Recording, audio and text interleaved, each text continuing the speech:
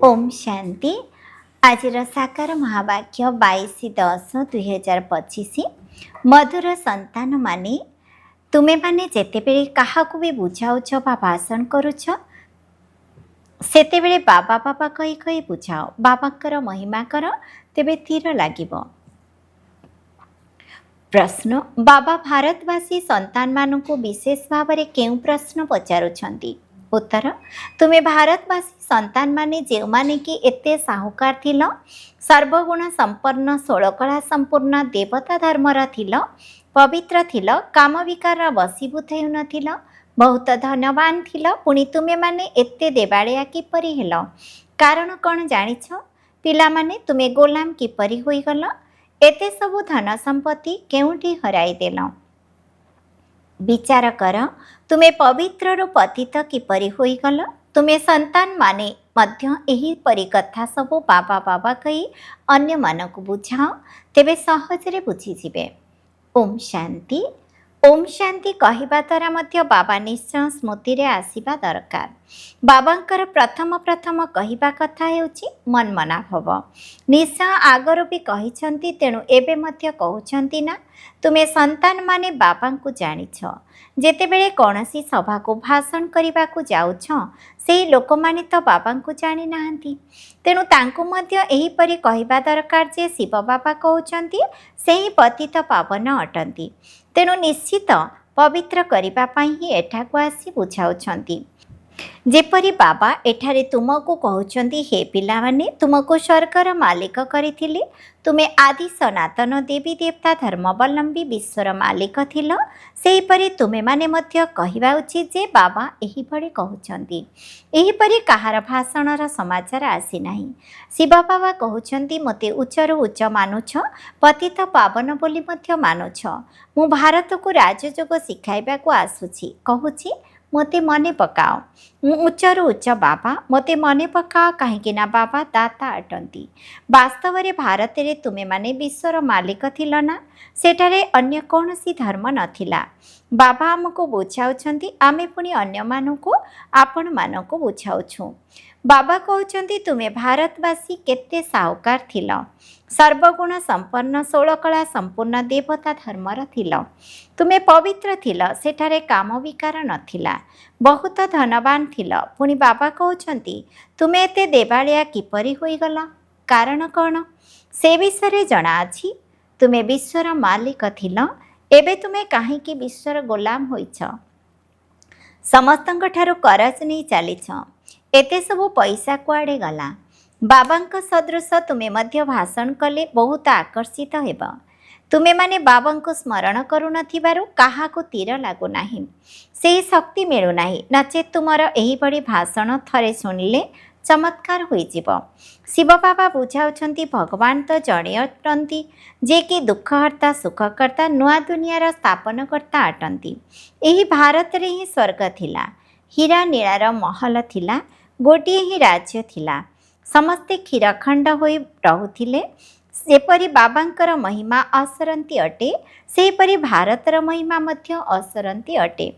भारतर महिमा सुनी समस्ते खुशी हेबे। बाबा संतान मानको पचारुछंती, एते धन संपत्ति केउठी हराई देल? भक्ति मार्ग रे तुमे केते खर्च करि आसीछ, केते मंदिर आदि तैयारी करिछ? बाबा कहउछंती, ख्याल कर, तुमे पवित्र रु पतित किपरि होइछ? कहउछंती मध्य ना, बाबा दुखरे तुमको स्मरण करुछु, सुखरे करू नाही। किंतु तुमको किए दुखी कराउछि? घड़ी को घड़ी बाबांकर नाम नहीं चल।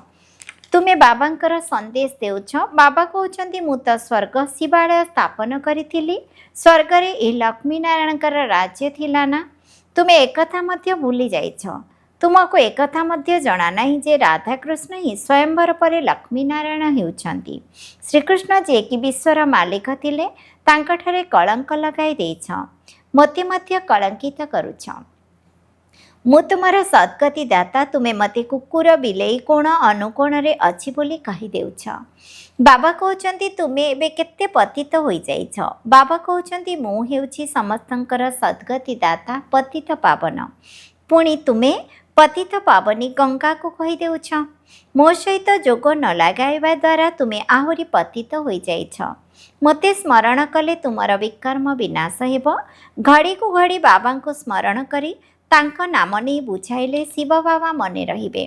କୁହ, ଆମେ ବାବାଙ୍କର ମହିମା କରୁଛୁ। ବାବା ନିଜେ କହୁଛନ୍ତି, ମୁଁ କିପରି ସାଧାରଣ ପତିତ ଶରୀରରେ ବହୁତ ଜନ୍ମର ଅନ୍ତିମ ସମୟରେ ଆସୁଛି। ଏହାଙ୍କର ହିଁ ବହୁତ ଜନ୍ମ ଅଟେ। ବର୍ତ୍ତମାନ ଇଏ ମୋର ହୋଇଥିବାରୁ ଏହି ରଥ ଦ୍ୱାରା ତୁମକୁ ବୁଝାଉଛି। ଇଏ ନିଜର ଜନ୍ମକୁ ଜାଣିନାହାନ୍ତି। ଇଏ ହେଉଛନ୍ତି ଭାଗୀରଥ। ଏହାଙ୍କର ମଧ୍ୟ ବାନପ୍ରସ୍ଥ ଅବସ୍ଥାରେ ମୁଁ ଆସୁଛି। ଶିବ ବାବା ଏହିପରି ବୁଝାଉଛନ୍ତି। ଏପରି ଭାଷଣ କାହାର ଶୁଣିନାହଁ।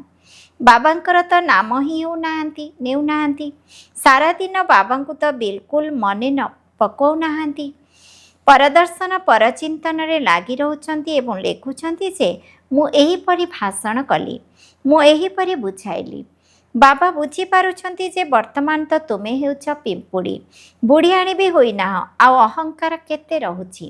ବୁଝୁନାହାନ୍ତି ଯେ ଶିବ ବାବା ବ୍ରହ୍ମାଙ୍କ ଦ୍ୱାରା କହୁଛନ୍ତି। ଶିବ ବାବାଙ୍କୁ ତୁମେମାନେ ଭୁଲି ଯାଉଛ, ବ୍ରହ୍ମାଙ୍କ ଉପରେ ତୁରନ୍ତ ବିଗିଡ଼ି ଯାଉଛନ୍ତି।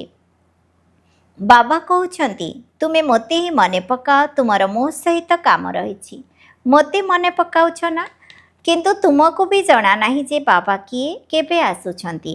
ଗୁରୁମାନେ ତୁମକୁ କଳ୍ପର ଆୟୁଷ ଲକ୍ଷ ଲକ୍ଷ ବର୍ଷ ବୋଲି କହୁଛନ୍ତି ଏବଂ ବାବା କହୁଛନ୍ତି କଳ୍ପ 5000 ବର୍ଷର ଅଟେ।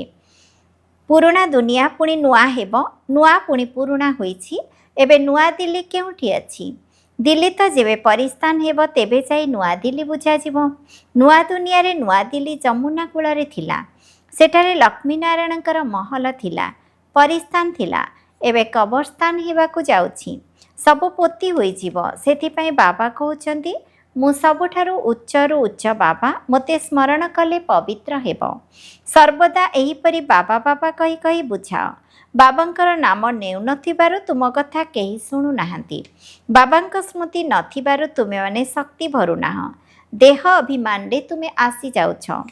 ମାଡ଼ ଖାଉଥିବା ବନ୍ଧନଯୁକ୍ତ ମାତାମାନେ ତୁମଠାରୁ ଅଧିକ ଯୋଗଯୁକ୍ତ ହୋଇ ରହୁଛନ୍ତି। କେତେ ଡାକୁଛନ୍ତି। ବାବା କହୁଛନ୍ତି, ତୁମେ ସମସ୍ତେ ହେଉଛ ଦ୍ରୌପଦୀ। ଏବେ ତୁମକୁ ନଗ୍ନ ହେବାରୁ ମୁଁ ବଞ୍ଚାଉଛି। ଏପରି ମାତାମାନେ ମଧ୍ୟ ଅଛନ୍ତି ଯାହାଙ୍କୁ କଳ୍ପ ପୂର୍ବରୁ ପୁତନା ନାମ ଦିଆଯାଇଥିଲା, ତୁମେ ଭୁଲି ଯାଇଛ। ବାବା କହୁଛନ୍ତି, ଭାରତ ଶିବାଳୟ ଥିବା ସମୟରେ ତାକୁ ସ୍ୱର୍ଗ କୁହାଯାଉଥିଲା। ଏଠାରେ ପୁଣି ଯାହାଙ୍କ ପାଖରେ ଘର, ବିମାନ ଆଦି ରହିଛି, ସେମାନେ ଭାବୁଛନ୍ତି ଆମେ ସ୍ୱର୍ଗରେ ଅଛୁ। କେତେ ମୂଢ଼ମତି ଅଟନ୍ତି। ପ୍ରତ୍ୟେକ କଥାରେ କୁହ, ବାବା କହୁଛନ୍ତି। ଏହି ହଠଯୋଗୀମାନେ ତୁମକୁ ମୁକ୍ତି ଦେଇପାରିବେ ନାହିଁ। ଯେତେବେଳେ ସମସ୍ତଙ୍କର ସଦ୍ଗତିଦାତା ଜଣେ ଅଟନ୍ତି, ପୁଣି ଗୁରୁ କ'ଣ ପାଇଁ କରୁଛ? କ'ଣ ତୁମେ ସନ୍ନ୍ୟାସୀ ହେବ ନା ହଠଯୋଗ ଶିଖି ବ୍ରହ୍ମରେ ଲୀନ ହେବ? ଲୀନ ତ କେହି ହୋଇପାରିବେ ନାହିଁ। ସମସ୍ତଙ୍କୁ ଅଭିନୟ କରିବାକୁ ହେବ। ସମସ୍ତ ଅଭିନେତା ଅବିନାଶୀ ଅଟନ୍ତି। ଏହା ଅନାଦି ଅବିନାଶୀ ଡ୍ରାମା। ମୋକ୍ଷ କାହାକୁ କିପରି ମିଳିପାରିବ? ବାବା କହୁଛନ୍ତି, ମୁଁ ଏହି ସାଧୁମାନଙ୍କର ମଧ୍ୟ ଉଦ୍ଧାର କରିବାକୁ ଆସୁଛି। ପୁଣି ଗଙ୍ଗା କିପରି ପତିତ ପାବନୀ ହୋଇପାରିବ? ତୁମେ ମୋତେ ପତିତ ପାବନ କହୁଛ ନା? ତୁମର ମୋ ସହିତ ଯୋଗ ତୁଟିବା ଦ୍ୱାରା ଏହିପରି ଅବସ୍ଥା ହୋଇଛି। ଏବେ ପୁଣି ମୋ ସହିତ ଯୋଗ ଲଗାଅ, ତେବେ ବିକର୍ମ ବିନାଶ ହେବ। ମୁକ୍ତିଧାମରେ ପବିତ୍ର ଆତ୍ମାମାନେ ରହିଥାନ୍ତି। ବର୍ତ୍ତମାନ ତ ସାରା ଦୁନିଆ ପତିତ ହୋଇଯାଇଛି। ପବିତ୍ର ଦୁନିଆ ବିଷୟରେ ତୁମକୁ ଜଣା ହିଁ ନାହିଁ। ତୁମେ ସମସ୍ତେ ପୂଜାରୀ ଅଟ, କେହି ଜଣେ ବି ପୂଜ୍ୟ ନାହାନ୍ତି। ତୁମେ ବାବାଙ୍କ ନାମ ନେଇ ସମସ୍ତଙ୍କୁ ଜାଗ୍ରତ କରିପାରିବ। ଯେଉଁ ବାବା ବିଶ୍ୱର ମାଲିକ କରାଉଛନ୍ତି, ତାଙ୍କର ତୁମେ ଗ୍ଳାନି କରୁଛ। ଶ୍ରୀକୃଷ୍ଣ ଛୋଟ ପିଲା, ସର୍ବଗୁଣ ସମ୍ପନ୍ନ, ସେ ଏପରି ଧନ୍ଦା ବସି କିପରି କରିବେ? ଆଉ ଶ୍ରୀକୃଷ୍ଣ ସମସ୍ତଙ୍କର ପିତା କିପରି ହୋଇପାରିବେ? ଭଗବାନ ତ କେବଳ ଜଣେ ଅଟନ୍ତି ନା। ଯେପର୍ଯ୍ୟନ୍ତ ମୋର ଶ୍ରୀମତରେ ନ ଚାଲିଛ, ସେ ପର୍ଯ୍ୟନ୍ତ କଳଙ୍କି କିପରି ଛାଡ଼ିବ? ତୁମେମାନେ ସମସ୍ତଙ୍କୁ ପୂଜା କରି କରି ତୁମର ଅବସ୍ଥା କ'ଣ ହୋଇଯାଇଛି? ସେଥିପାଇଁ ପୁଣି ମୋତେ ଆସିବାକୁ ପଡ଼ୁଛି। ତୁମେ କେତେ ଧର୍ମଭ୍ରଷ୍ଟ, କର୍ମଭ୍ରଷ୍ଟ ହୋଇଯାଇଛ। କୁହ, ହିନ୍ଦୁ ଧର୍ମ କେବେ କିଏ ସ୍ଥାପନ କରିଥିଲେ? ଏହିପରି ଆହ୍ୱାନ କରି ଭାଷଣ କର। ତୁମର ଘଡ଼ିକୁ ଘଡ଼ି ବାବା ମନେ ହିଁ ପଡ଼ୁନାହାନ୍ତି। କେବେ କେବେ କେହି ଲେଖୁଛନ୍ତି ଯେ ମୋ ଭିତରେ ବାବା ଆସି ଭାଷଣ କଲେ। ବାବା ବହୁତ ସାହାଯ୍ୟ କରୁଛନ୍ତି। ତୁମେ ଯୋଗର ଯାତ୍ରାରେ ନ ରହିବାରୁ ପିମ୍ପୁଡ଼ି ମାର୍ଗର ସେବା କରୁଛ। ବାବାଙ୍କ ନାମ ନେବ, ତେବେ ଯାଇ କାହାକୁ ତୀର ଲାଗିବ। ବାବା ବୁଝାଉଛନ୍ତି, ପିଲାମାନେ ତୁମେ ହିଁ ଅଲରାଉଣ୍ଡର 84 ଜନ୍ମର ଚକ୍ର ଲଗାଉଛ, ତେଣୁ ତୁମକୁ ହିଁ ଆସି ବୁଝାଇବାକୁ ହେବ। ମୁଁ ଭାରତରେ ହିଁ ଆସୁଛି। ଯିଏ ପୂଜ୍ୟ ଥିଲେ ସେଇମାନେ ପୂଜାରୀ ହେଉଛନ୍ତି। ମୁଁ ତ ପୂଜ୍ୟ ପୂଜାରୀ ହେଉନାହିଁ। ବାବା କହୁଛନ୍ତି ଏହି ଧୁନ୍ ଲାଗି ରହିବା ଉଚିତ। ବାବା କହୁଛନ୍ତି ଏହି ଧୁନ୍ ଲାଗି ରହିବା ଉଚିତ। ତୁମେ ଏହିପରି ଭାଷଣ କରିବାର ଶୁଣିଲେ ଯାଇ ବୁଝିବି ଯେ ତୁମେ ଚିଣ୍ଟିରୁ ମକୋଡ଼ା ଅର୍ଥାତ୍ ପିମ୍ପୁଡ଼ିରୁ ବୁଢ଼ିଆଣୀ ହୋଇଛ। ବାବା କହୁଛନ୍ତି ମୁଁ ତୁମକୁ ପାଠ ପଢ଼ାଉଛି, ତୁମେ କେବଳ ମୋତେ ମନେ ପକାଅ। ଏହି ରଥ ଦ୍ୱାରା ତୁମକୁ କହୁଛି ଯେ କେବଳ ମୋତେ ମନେ ପକାଅ। ଏହି ରଥକୁ ବି ମନେ ପକାଅ ନାହିଁ। ବାବା ଏପରି କହୁଛନ୍ତି, ବାବା ଏପରି ବୁଝାଉଛନ୍ତି। ତୁମେ ଏପରି କହି ଦେଖ ତୁମର କେତେ ପ୍ରଭାବ ବାହାରୁଛି। ବାବା କହୁଛନ୍ତି ଦେହ ସହିତ ସବୁ ସମ୍ବନ୍ଧରୁ ବୁଦ୍ଧିର ଯୋଗ ତୋଟାଇ ଦିଅ। ନିଜ ଦେହକୁ ବି ଛାଡ଼ିଦେଇ ବାକି ଆତ୍ମା ରହିଲା। ନିଜକୁ ଆତ୍ମା ଭାବି ମୋତେ ମନେ ପକାଅ। କେହି କେହି କହୁଛନ୍ତି ଅହମ୍ ବ୍ରହ୍ମସ୍ମି, ମାୟାର ଆମେ ମାଲିକ ଅଟୁ। ବାବା କହୁଛନ୍ତି ତୁମେ ଏକଥା ମଧ୍ୟ ଜାଣିନାହ ଯେ ମାୟା କାହାକୁ କୁହାଯାଉଛି ଏବଂ ସମ୍ପତ୍ତି କାହାକୁ କୁହାଯାଉଛି। ତୁମେ ଧନକୁ ମାୟା କହିଦେଉଛ। ଏହିପରି ଭାବେ ତୁମେ ବୁଝାଇ ପାରିବ। ବହୁତ ଭଲ ଭଲ ସନ୍ତାନମାନେ ମୁରଲି ମଧ୍ୟ ପଢ଼ୁନାହାନ୍ତି। ବାବାଙ୍କୁ ସ୍ମରଣ କରୁନଥିବାରୁ ତୀର ଲାଗୁନାହିଁ। କାହିଁକି ନା ଯୋଗର ବଳ ମିଳୁନାହିଁ। ଯୋଗ ଦ୍ୱାରା ବଳ ମିଳିଥାଏ। ଯେଉଁ ଯୋଗ ବଳ ଦ୍ୱାରା ତୁମେ ବିଶ୍ୱର ମାଲିକ ହେଉଛ। ତୁମେ ପ୍ରତ୍ୟେକ କଥାରେ ବାବାଙ୍କର ନାମ ନେଲେ କେବେ କେହି କିଛି କହିପାରିବେ ନାହିଁ। ସମସ୍ତଙ୍କର ଭଗବାନ ପିତା ତ ଜଣେ। ଏପରି ନୁହେଁ କି ସମସ୍ତେ ଭଗବାନ ଅଟନ୍ତି। କହୁଛନ୍ତି ଆମେ ଅମୁକ ସନ୍ନ୍ୟାସୀଙ୍କର ଅନୁଗାମୀ ଅଟୁ। ସେ ସନ୍ନ୍ୟାସୀ, ତୁମେ ଗୃହସ୍ଥୀ, ପୁଣି ତୁମେ ଅନୁଗାମୀ କିପରି ହେଲ? ଗାୟନ ମଧ୍ୟ କରୁଛନ୍ତି ମିଛ ମାୟା, ମିଛ କାୟା, ମିଛ ସବୁ ସଂସାର। ସତ୍ୟ ତ ହେଉଛନ୍ତି ଏକମାତ୍ର ବାବା। ସେ ନ ଆସିବା ପର୍ଯ୍ୟନ୍ତ ଆମେ ସଚ୍ଚା ହୋଇପାରିବା ନାହିଁ। ମୁକ୍ତି ଜୀବନ ମୁକ୍ତି ଦାତା ଜଣେ ଅଟନ୍ତି। ବାକି କେହି ମୁକ୍ତି ଦେଉନାହାନ୍ତି, ଯାହାଦ୍ୱାରା କି ଆମେ ତାଙ୍କର ହେବୁ। ବାବା କହୁଛନ୍ତି ଏହା ମଧ୍ୟ ଡ୍ରାମାରେ ଥିଲା। ଏବେ ସାବଧାନ ହୋଇଯାଅ, ଆଖି ଖୋଲ। ବାବା ଏପରି କହୁଛନ୍ତି, ଏକଥା କହିବା ଦ୍ୱାରା ତୁମେ ମୁକ୍ତ ହୋଇଯିବ। ତୁମ ସାଥିରେ କେହି ଯୁକ୍ତିତର୍କ କରିବେ ନାହିଁ। ତ୍ରିମୂର୍ତ୍ତି ଶିବ ବାବା କହିବାକୁ ହେବ। କେବଳ ଶିବ ନୁହେଁ, ତ୍ରିମୂର୍ତ୍ତିକୁ କିଏ ରଚନା କରିଛନ୍ତି? ବ୍ରହ୍ମା ଦ୍ୱାରା କିଏ ସ୍ଥାପନା କରାଉଛନ୍ତି? ବ୍ରହ୍ମା କ'ଣ ସୃଷ୍ଟିକର୍ତ୍ତା? ଏପରି ନିଶାର ସହିତ କୁହ, ତେବେ ଯାଇ କାମ କରିପାରିବ। ନଚେତ୍ ଦେହ ଅଭିମାନରେ ରହି ଭାଷଣ କରୁଛ ନା? ବାବା ବୁଝାଉଛନ୍ତି ଏହା ଅନେକ ଧର୍ମର କଳ୍ପବୃକ୍ଷ ଅଟେ। ପ୍ରଥମେ ହେଉଛି ଦେବୀ ଦେବତା ଧର୍ମ। ଏବେ ସେଇ ଦେବତା ଧର୍ମ କୁଆଡ଼େ ଗଲା? ଲକ୍ଷ ଲକ୍ଷ ବର୍ଷ କହି ଦେଉଛନ୍ତି, କିନ୍ତୁ ଏହା ତ 5000 ବର୍ଷର କଥା। ତୁମେ ତାଙ୍କର ମହିମା ମଧ୍ୟ ତିଆରି କରି ଚାଲିଛ। ଦେଖାଉଛନ୍ତି ପାଣ୍ଡବ ଏବଂ କରମଙ୍କର ଲଢ଼େଇ ଲାଗିଥିଲା। ପାଣ୍ଡବମାନେ ପାହାଡ଼ ଉପରୁ ପଡ଼ି ମୃତ୍ୟୁବରଣ କଲେ। ପୁଣି କ'ଣ ହେଲା? ମୁଁ କିପରି ହିଂସା କରିବି? ମୁଁ ତ ତୁମକୁ ଅହିଂସକ ବୈଷ୍ଣବ କରୁଛି। କାମରୂପୀ କଟୁରୀ ଦ୍ୱାରା ଆଘାତ ନ କରିବା, ଏହାକୁ ହିଁ ବୈଷ୍ଣବ କହୁଛନ୍ତି। ସେମାନେ ହେଲେ ବିଷ୍ଣୁଙ୍କର ବଂଶାବଳୀ। ଆଚ୍ଛା, ମିଠା ମିଠା ଶିକିଲ ଦେ ସନ୍ତାନମାନଙ୍କ ପ୍ରତି ମାତା ପିତା ବାପଦାଦାଙ୍କର ମଧୁର ସ୍ନେହ ସମ୍ପନ୍ନ ଶୁଭେଚ୍ଛା ଏବଂ ସୁପ୍ରଭାତ। ଆତ୍ମିକ ପିତାଙ୍କର ଆତ୍ମିକ ସନ୍ତାନମାନଙ୍କୁ ନମସ୍ତେ। ଆମ ଆତ୍ମିକ ସନ୍ତାନମାନଙ୍କର ମଧ୍ୟ ଆତ୍ମିକ ପିତାଙ୍କୁ ନମସ୍ତେ ନମସ୍ତେ ନମସ୍ତେ ବାବା। ଧାରଣା ପାଇଁ ମୁଖ୍ୟ ସାରାଂଶ 1 ନମ୍ବର, ସେବାର ସଫଳତା ପ୍ରାପ୍ତ କରିବା ପାଇଁ ଅହଙ୍କାରକୁ ଛାଡ଼ି ପ୍ରତ୍ୟେକ କଥାରେ ବାବାଙ୍କର ନାମ ଉଚ୍ଚାରଣ କରିବାକୁ ହେବ। ଯୋଗଯୁକ୍ତ ସ୍ଥିତିରେ ରହି ସେବା କରିବା ଉଚିତ। ପରଦର୍ଶନ ପରଚିନ୍ତନରେ ନିଜର ସମୟ ନଷ୍ଟ କରିବାର ନାହିଁ। 2 ନମ୍ବର, ସଚ୍ଚା ସଚ୍ଚା ବୈଷ୍ଣବ ହେବାକୁ ପଡ଼ିବ। କୌଣସି ପ୍ରକାରର ହିଂସା କରିବାର ନାହିଁ। ଦେହ ସହିତ ସବୁ ସମ୍ବନ୍ଧରୁ ବୁଦ୍ଧିଯୋଗ ତୁଟାଇ ଦେବାକୁ ହେବ। ବରଦାନ, ହାଜି କରିବାର ଧାରଣା ଦ୍ୱାରା ସେବା କ୍ଷେତ୍ରରେ ମହାନ ହେଉଥିବା ସମସ୍ତଙ୍କର ଆଶୀର୍ବାଦର ପ୍ରାପ୍ତ ହୁଅ। ଯେକୌଣସି ସେବାକୁ ଖୁସି ଏବଂ ଉମଙ୍ଗ ଉତ୍ସାହରେ କରିବା ସହିତ ସର୍ବଦା ଏହି ଧ୍ୟାନ ରହିଥାଉ ଯେ ଯାହା ବି ସେବା କରୁଛ ତାହା ଦ୍ୱାରା ସମସ୍ତଙ୍କଠାରୁ ଆଶୀର୍ବାଦ ପ୍ରାପ୍ତ ହେବା ଦରକାର, କାହିଁକି ନା ଯେଉଁଠାରେ ଆଶୀର୍ବାଦ ମିଳୁଥିବ ସେଠାରେ ମେହନତ କରିବା ପାଇଁ ପଡ଼ିବ ନାହିଁ। ତେଣୁ ଏହି ଲକ୍ଷ୍ୟ ରଖ ଯେ ଯେଉଁମାନଙ୍କ ସମ୍ପର୍କରେ ଆସୁଛ ସେମାନଙ୍କଠାରୁ ଆଶୀର୍ବାଦ ନେଇ ଚାଲ। ତେବେ ସବୁ କଥାରେ ହାଜି କରିବା ଅର୍ଥାତ୍ ଆଜ୍ଞାକାରୀ ହେବାର ଧାରଣା ହିଁ ଆଶୀର୍ବାଦ ନେବାର ସାଧନ ଅଟେ।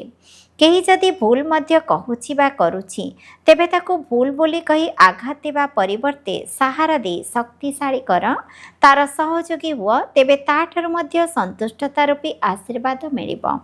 ଯେଉଁମାନେ ଆଶୀର୍ବାଦ ନେବାରେ ମହାନ ହୋଇଥାନ୍ତି ସେମାନେ ସ୍ୱତଃ ହିଁ ମହାନ ହୋଇଯାଆନ୍ତି।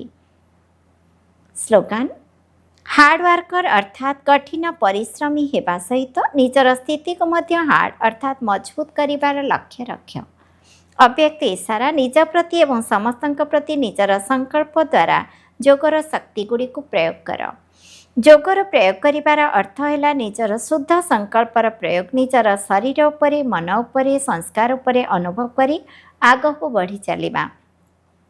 ଏଥିରୁ ଅନ୍ୟ କାହାକୁ ଦେଖ ନାହିଁ। ଏଥିରେ ଇଏ କ'ଣ କରୁଛି, ଇଏ ତ ଏଭଳି କରୁନାହିଁ। ପୁରୁଣାମାନେ କହୁଛନ୍ତି ନା ନାହିଁ ଏସବୁ ଦେଖ ନାହିଁ, ପ୍ରଥମେ ମୁଁ ଏବଂ ଅନୁଭବରେ ଆଗକୁ ଚାଲିଯିବ, କାହିଁକି ନା ଏହା ନିଜର ଆନ୍ତରିକ ପୁରୁଷାର୍ଥର କଥା। ଯେତେବେଳେ ଏହିଭଳି ବ୍ୟକ୍ତିଗତ ରୂପରେ ଏହି ପ୍ରୟୋଗ କରିବାରେ ଲାଗି ପଡ଼ିବ ଏବଂ ତାଙ୍କୁ ବୃଦ୍ଧି କରି ଚାଲିବ, ସେତେବେଳେ ହିଁ ପ୍ରତ୍ୟେକଙ୍କର ଶାନ୍ତିର ଶକ୍ତିର ପ୍ରଭାବ ସଂଗଠିତ ରୂପରେ ବିଶ୍ୱ ଉପରେ ପଡ଼ିବ। ଓମ୍ ଶାନ୍ତି।